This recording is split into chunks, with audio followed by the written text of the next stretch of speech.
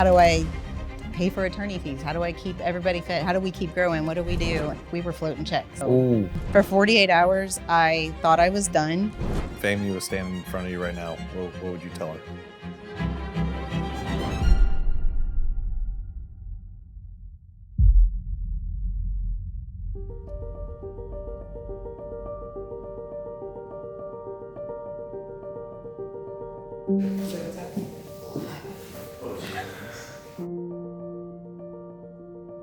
I grew up kind of in the automotive field, like hanging out at shops, watching technicians perform. So it was always interesting to me.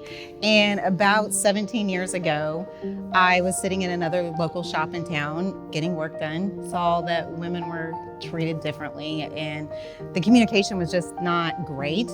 And so I was like, we should open an automotive shop.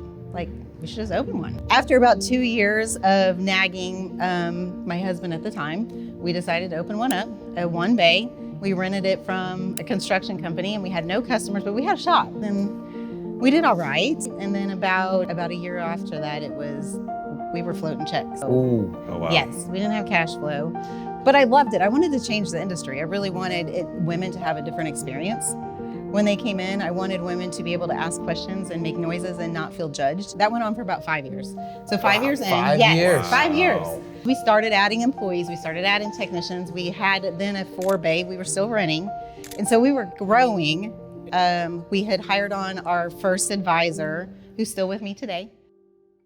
So tell me your name, tell me a little bit about yourself. Yeah, my name's Tyler Lockwood. I am lead technician at Gearheads Auto and Diesel Repair. Been in Jackson for the 11 years or so that I've been here at Gearheads. When I started, they were already in the other side of the first shop. I would sit behind the shop and cry when it was payroll time because I didn't have money. And I was floating checks from one to the other, and I would tell my advisor, I need you to collect this amount of money today because that check's gonna clear. It was different back then. Yeah, it was hard. And it was also the shop where everybody showed up at 2 o'clock with beer and they'd come in and sit down and we'd still have technicians working and productivity was, Crap. yes, yes, yeah. But we had cash flow. We kept having cash. And so that seemed to get somewhat better. At that point in my life, we were on state and government assistance. That's how poor we were. We were working each second jobs. We had the shop, but we were working second jobs to put money back into the shop to pay our employees. Wow. Whoa. Yeah. So you were literally losing money We were. every month. Mm-hmm. Yeah, there was a lot of pain in that. And that's what my girls have seen too, is that pain. Sure. There's some scar tissue there. Yes, yeah. And the tears and all of that. Because they grew up in the shop. They would sit there and write thank you cards to customers. They would do all those little things that were helping, but they would also see the pain and struggles of what we were going through. About 8 years is when coaching came into my life. I was like, we're gonna have to shut down. We don't have money. We need to shut down. We went to a seminar and they talked about coaching and I'm like, coaching is not gonna fix anything. What is it gonna do for us? Coaching blew me away. If you take action and you do what your coach is telling you to do, it will change your life. Because we didn't know how to own an automotive shop. We had no clue. Yeah. And we just needed somebody to see it from outside. We had coaching every week, sat down with the coach and went over everything, and really, they helped us get our margins right, adjusting our pricing. Yeah, we were doing between 8 and 10,000 a week. And Wait, you said 8 to 10,000 a week? Thank you. 30 So, to 40 grand a month. yeah. Wow. I remember when we hit 15,000 and it was like, we made it. Our lives were changed at 15,000 a week.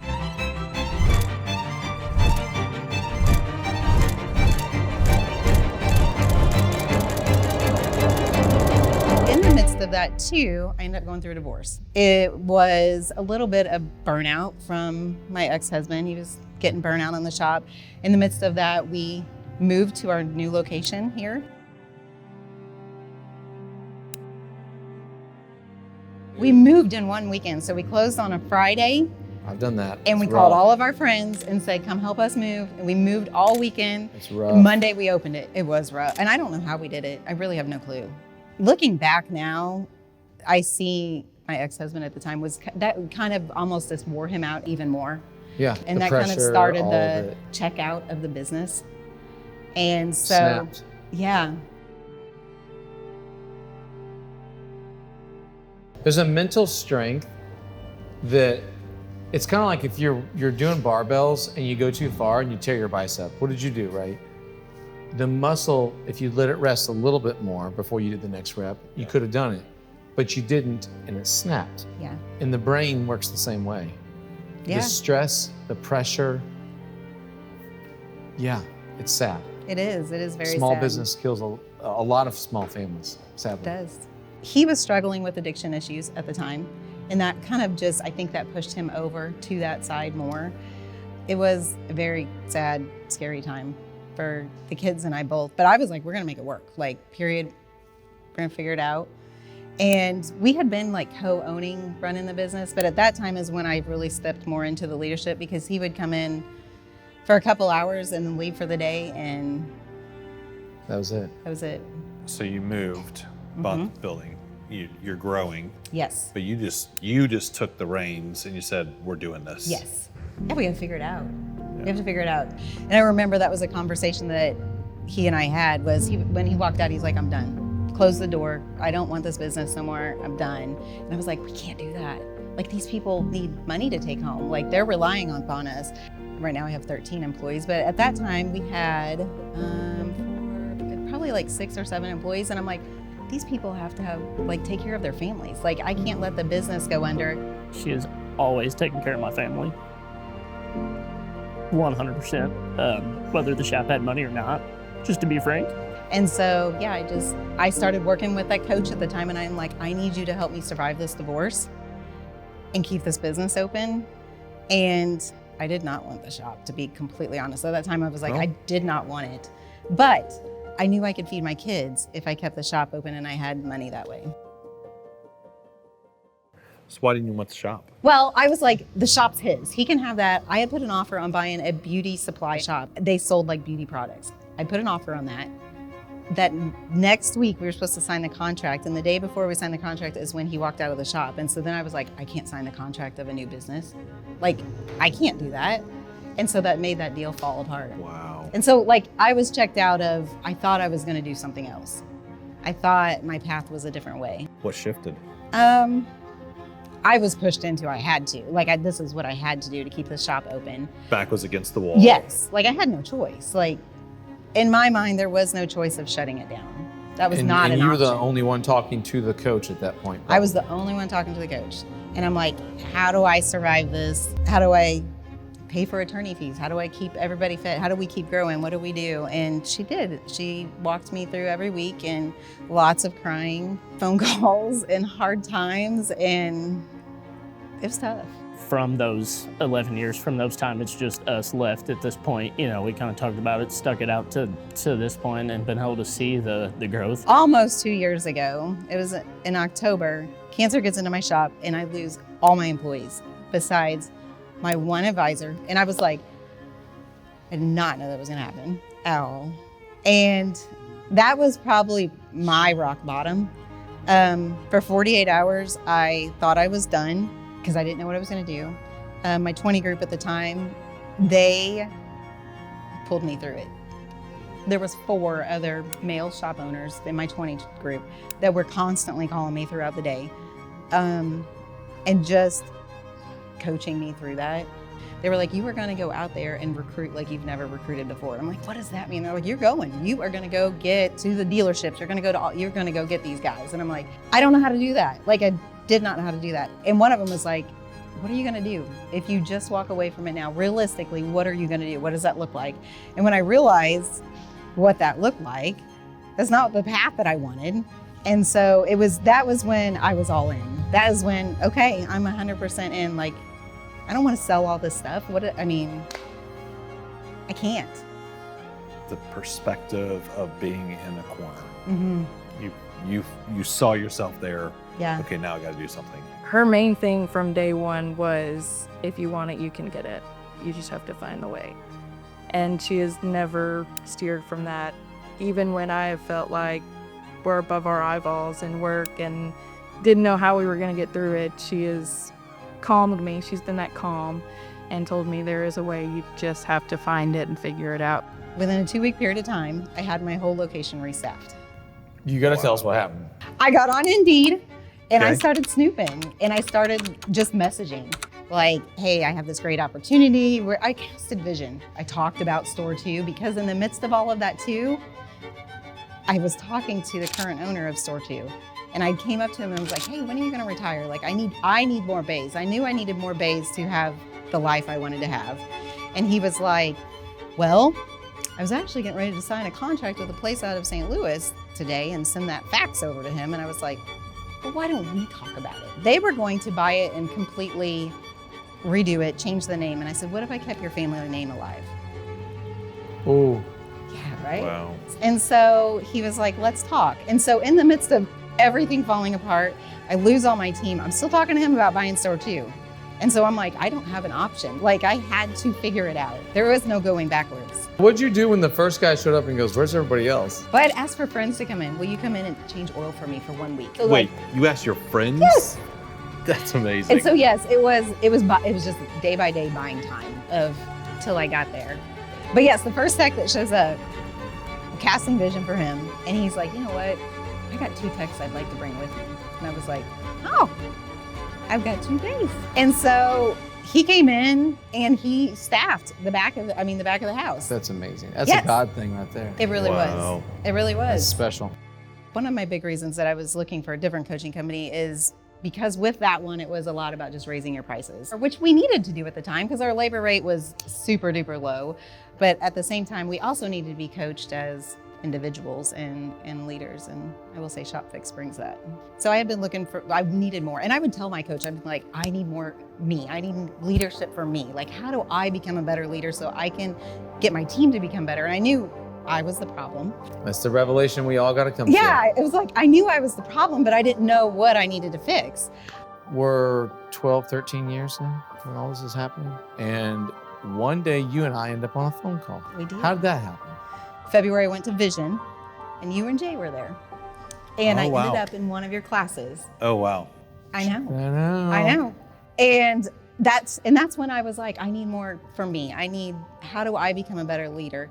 And I was actually in 3 different ShopFix classes, and you and Jay was the last one. And he's like, Berg, and talking. I was like, I don't know who Berg is. I don't know who Jay is. I don't even know who ShopFix is. Like, had no clue. And I ended up on the Shop Hackers page, and ended up on a Zoom with you.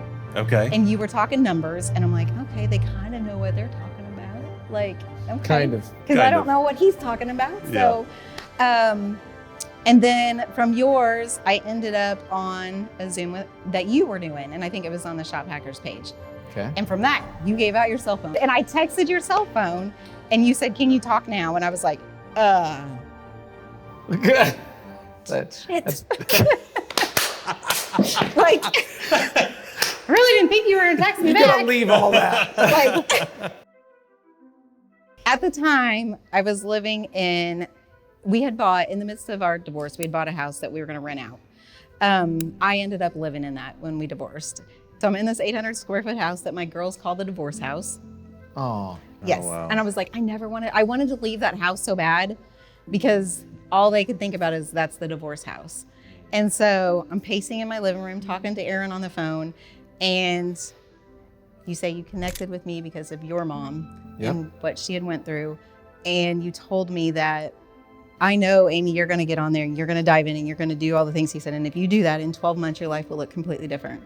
He said, you will own a house, a family home. You will be able to pay for your girls and support them with the life that you want. Yep. You will have a team that you speak authority to. And I'm like, all of that has happened in 1 year. come on. Wow. 1 year. That's amazing. 1 year. And now I love that it. 800 square foot house, I rent out and it is rental income for me. Wow. And I have a family home. I'm no longer on state and government assistance. I am paying for my daughter's college myself. I You have got a bunch of money in the bank. in the bank. I own several real estate. Like, it's just You own 2 commercial 2 properties commercial properties. and a residential. And the rental house.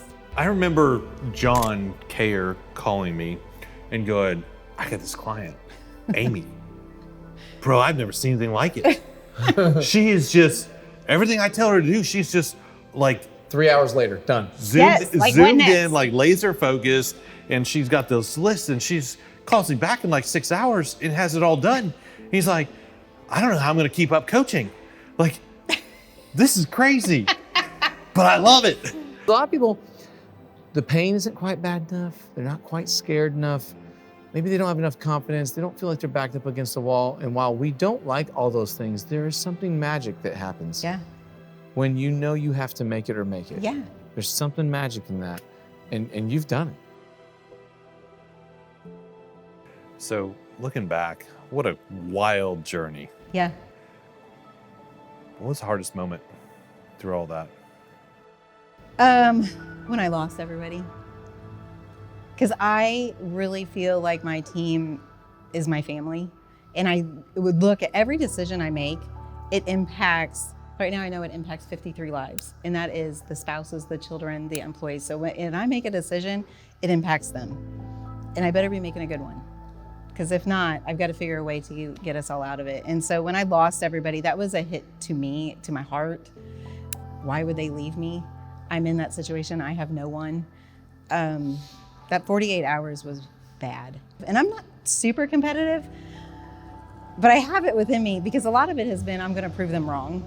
Like all of those people, I'm like, they think I'm not going to succeed because they left. Because some of them said that, you'll never make it. You're never going to make it. So, hardest moment, everybody walked out, Yeah. but possibly your biggest chip. Yes, And that put you into that make it or make it. it did. And I'm gonna prove everybody wrong. And I don't care what anybody thinks. We're just gonna go do this. Yeah. And I do believe the biggest thing about Shop Fix is working on the owner. And it's Yes. like, but I'm like, really, if we're broken, how can we lead people? How can we run a business? Dealing with an addiction in your home, you have to mask a lot of things. And I was doing a lot of cover up within our business, a lot of cover up in the community and with our home. And I felt like I was not really truly living my authentic life because I was covering things up, making it look how it needed to look. And so I don't think that I really was believing in me and how strong I was. But now looking over the last few years, like I'm like, I got that. I'm strong. I'm good. So what would you say if Amy was standing in front of you right now? What would you tell her? I would say to her, you got this, girl. Find your people. That has been the biggest thing. Yeah, you needed your team. I needed my team, Yeah. Yeah. both professionally and in my personal life. And just the people, so many times we need people to believe in us before we believe in ourselves. And Once you get your emotions right, yes, you can perform. Yeah. The emotions had you handicapped. they did. You couldn't run. No. It's like having sandbags on your feet. Yeah. Because you fear, despair, Yes. worry.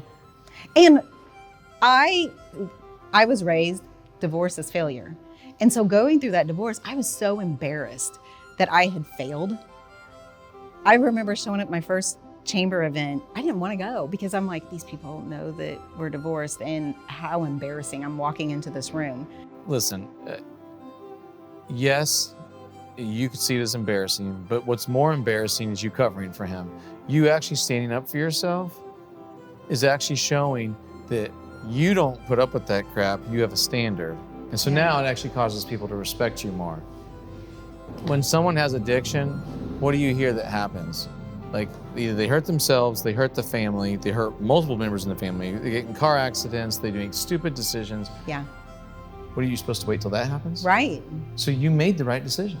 Yeah. Absolutely. It's hard. It was hard. But- yeah. And it was a very hard period. And now both my girls, if you talk to them, will tell you it was the right decision. And now look at you.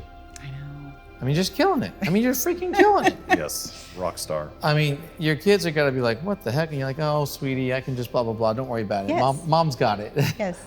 That's a special It thing. is an amazing feeling. My oldest, she's taking another course over the summer, and she's like, Mom, it's like $3,000. I was like, you know what? I'm investing in you. You are my responsibility, and it's my job to invest in you. And she was like, are you gonna be okay with that? And I'm like, I want to be like, you know how much I just paid in taxes this year? Like, yes, it's fine. I got the $3,000. And that is awesome. such an amazing feeling.